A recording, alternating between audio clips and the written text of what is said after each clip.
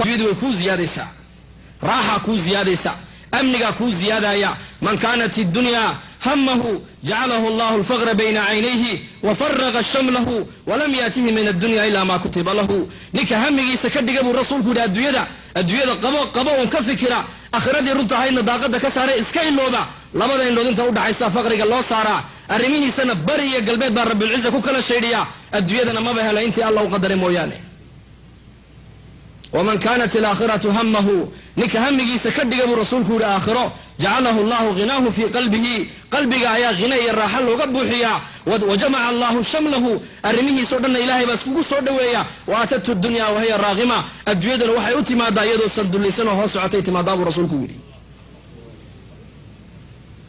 هكسي جسن طاعد إلهي والله كمسلم كو دين تنوحو إلهي نوسيي سيادون كان يا آخران نقول لي بانو منافع الدين منفعة الدين تو آخرة كلية كمان بالعبانتين الدوية دين تلقوا درجيا الدوية دين تعز لقوها ليا الدون كنا دين الراحة لقوها ليا الدوية دين تأمن النبض قليل لقوها ليا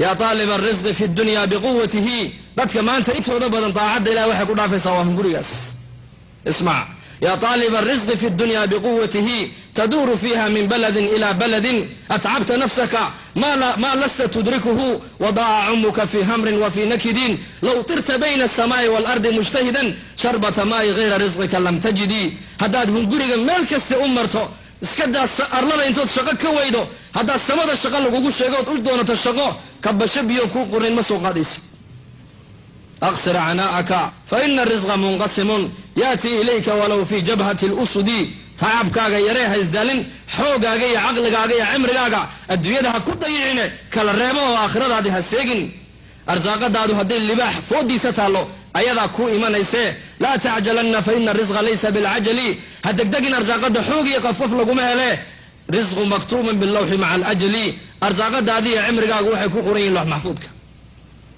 ma dhimanaysid ilaa arsaaqadaadaad dhamaysatid maahin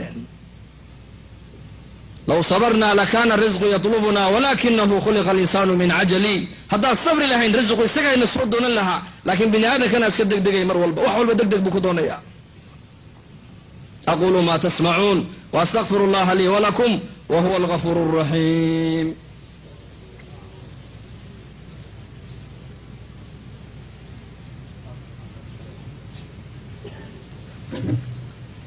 الحمد لله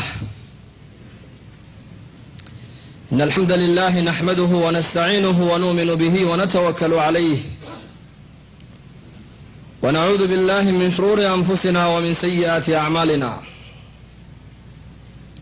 من يهده الله فلا مضل له ومن يضلل فلا هادي له ونشهد أن سيدنا ونبينا وحبيبنا محمدا صلى الله عليه وسلم القائل الدنيا عرض حاضر يأكل منها البر والفاجر والآخرة وعد صادق يحكم فيها ملك عادل يحق الحق ويبطل الباطل فكونوا أبناء الآخرة ولا تكونوا أبناء الدنيا فإن لكل أم يتبعها ولدها أفر شيء قفك الصوى مسلم عيال لقربا إنه إيمانك سيل على الصلاة inuu iimaanka jadiidiyo inuu iimaanka ziyaadsado iyo inuu iimaanka caalamka dhan dadka ugu yeedho iimaanka diintaada ilaalso diintaada mar walba cusboonaysiiso diintaada baro diintan caalamka dhan baa ilaahay ugu talagale risaalada caalamka sida u gaari lahayn adiga laga rabaa diinta ilaalso kuna qanac diinta ku qanac سيدنا عمر رضي الله عنه أي أن يهودي وصاحب أيهين وريبني قريدو مدينة كصومري كلمات دينتي النبي موسى كمذا أيوك الصوقري وحو صوق لمساجد النبي عليه الصلاة والسلام عبد الله بن ثابت النبي وضفر ديبو ويمدي ألا عرضها عليك يا رسول الله يا رسول الله مكوبا دقا نريبني قريدو صاحبا هايبا كلمات توراة كصوقري فتغير وجه النبي عليه الصلاة والسلام مذهب النبي قاس بدلي بلو فرسو midabkii baa isbedelay midabkii rasuulka. cabdullaahi baa yidhi yaa cumar sakiladka ummuk waydaa gablantee nebigaa wejigiisa miyaanan cadhada ka dareemin. cumar u naxay, warqadii buu tuuray. wuxuu yidhi radinaa billaahi rabban, ilaahay rabbinimadiisa raalli baan ku noqonnay, wa bilislaami diinan, diinta islaamkana waan ku qanacnay oo raalli baan ku nahay, dhaqan ahaan raalli baan ugu nahay, caqiida iyo cilmi iyo cibaadaba. wa bimuxamadin sala allahu alayhi wasalam rasuulan wa nabiya, nebi maxamed risaaladiisa iyo nebinimadiisana waan ku qanacnay buuhi, raalli baan ku nahay. fasura, nebigu wuu farxay, mambarkii buu fuulay. wuxuu yidhi nebigu calayhi salaatu wasalaam, ismac yaa akhi, dhegayso, dad aan waxba ahayn oo la isku ekaysiiyo, dadkeennu isku ekaysiiyaan iska daaye. undur hadalka nebigu ku hadlay calayhi salaatu wasalaam. law asbaxa muusa fiikum uma itabactumuuhu wa taraktumuunii ladalaltum buu yidhi. haddii maanta nebi muuse uu nidhex iman lahaa anoo inidhex taagan oo aad isaga raaci lahaydeen waad hallowdeen buu rasuulku yidhi. antum xadii min alumam wa ana xadukum min annabiyiin, nasiib ayaad ii tihiin buuhi ummadihii aan ka helay, nasiib ayaan ini ahay buuhi nebiyadii aad ka hesheen buu rasuulku yidhi. haddii nebi muuse maanta uu iman lahaa, uu shareecadiisii tawraad la iman lahaa, ood aniga iga tegi lahaydeen ood isaga raaci lahaydeen waad hallowdeen buu rasuulku yidhi. antum xadii min alumam, ummaddii ummadaha ugu khayr badnayd, ummadda abuuritaanka ummadaha ugu dambaysa, jannadana gelitaanka ugu horaysa, ummadda jannada inta badan degaysa maadaama oo tihiin, nasiib ayaa inagu helay buu nebiguna, nasiibkayga ay kii siiyey maadaamoon aniguna ahay nebigii nebiyada ugu dambeeyey, imaamkii ambiyada maadaamoon ahay, nasiib ayaad igu hesheen buu rasuulku yidhi calayhi salaatu wasalaam. ee shareecadayda iyo diintayda iyo milladayda iyo sunnadayda iyo dariiqadayda ku qanca buu rasuulku yidhi calayhi salaatu wasalaam. wax lagu badilan karaa ma jiro dariiqadiisa. ummaddiisii baa ilaahay naga dhigay, ummaddan waa ummadda ummadaha ugu khayr badan. wuxuu nebigu yidhi xurimat iljannatu cala alambiyaa xataa adkhulahaa, jannada nebiyadu geli maayana waa laga xarimay ilaa anuu aan ka gala maahine.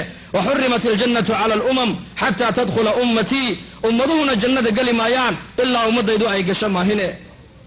qabuuraha ayuu nebigu ziyaartay baqiic, markaasuu u duceeyey, wadidtu low annii ra'aytu ikhwaanii, waxaan jeclaaday buuhan jeclaysan lahaa inaan walaalahay arki lahaa. asxaabtu waxay ku yidhaahdeen awalasnaa ikhwaanaka, miyaan anaku walaalaha ahayn? laa antum asxaabii, ininku asxaabtay tihiine, walaalahay waa kuwa aniga dabaday iman doona ee rumayn doona iyo kuwa aniga arag buu rasuulku yidhi. sideed u garan doontaa? saxaabadu waxay yidhahdeen dadkaas maabad aragin adigu, iyakuna kumay arag, sideed u garan doontaa qiyaamaha? halkay wejiga dhulka dhigayeen ay waysada marinayeen oo iftiimaysa ayay banka hawdka igu iman doonaan buu rasuulku yidhi. 120 saf ayaa jannada galaysa buu nebigu yidhi. dadka ahlu jannuhu waa 120 saf, 80 saf baa ummadaydaa buu rasuulku yidhi. atardawna an takunuu rubuca ahli aljanna? qulnaa balaa. cabdullaahi bn mascuud baa yidhi, nebigaa maalinna urriyo wuxuu nagu yidhi, raallima ku tihiin ummadaha marka loo qaybiyo 4 qaybood dadka jannada galaya, 4 marka loo qaybiyo qayb inaad noqotaan raallima ku tihiin? asxaabtu waxay yidhahdeen haa. atardawna an takunuu thulutha ahli aljanna? ahlu jannaha marka 3 loo qaybiyo qayb inaad noqotaanna ma ku tihiin raalli baa nahay yidhahdeen. markaasuu nebigu yidhi, waladii nafsu muxamadin biyadihi innii la arjuu an takunuu nisfa ahli aljanna, waxaan rajaynayaa oo ku rajo weynahay kay abuuray baan ku dhaartee jannada inaad kala badh in ku degaysaan baan ku rajo weynahay buu rasuulku yidhi. ilaahay ummaddiisii buu inaga dhigay, ilaahay uu ina karaameeyey. wuxuu inagu karaameeyey waa maxay? ummadihii hore shay keliya unbaa laga rabay, keliya bas ilaahay inay ka yaabaan ay caabudaan. amaa ummaddan 2 shay baa laga rabaa, 2 shay. ilaahay inaad ka yaabto waa lagaa rabaa, ilaahay inaad caabuddo waa lagaa rabaa, aakhiradan inaad u shaqaysato waa lagaa rabaa, khalqiga adduunyada kugula noole bashariyadda inaad arrintaa ugu yeedhana waa lagaa rabaa. maqarin nebigu uu caddeeyey, alaa laa nabiya bacdii walaa ummata bacdikum. mar buu nebigu cimrigiisa xajiyey, mar keliya. markiina wuxuu yidhi, ani nebi iga dambeeye ma jiro, ummad inaga dambaysaana ma jirte. alaa falyuballigha shaahida minkum alghaa'iba, kiina maanta ila jooga i maqlayow kiina maqa gaadhsii buu rasuulku yidhi calayhi salaatu wasalaam. ballighuu canii adduu canii raximakum allah, allah inii naxariiste ammaanadaa qaadoo caalamka iga gaadhsiiya. allaahuma ansur man nasara diina muxamed, ilaahaw ninkii diintayda u gargaar buu rasuulku yidhi. nadara allahu imra'an samica maqaalatii, maalinka wejiyadu ay madoobaanayaan banka qiyaame wejigiisa allaha nuuriyo, ninka hal aayada ama hal xadiisa iga maqlay siduu iga maqlay ummadda u gaadhsiiyey buu rasuulku yidhi calayhi salaatu wasalaam. ummaddan waa ummad ilaahay doortay, sharaftaa iyo karaamadda ummaddan waxay ku yeelatay waa shaqadii nebiga alayhi salaatu wasalaam.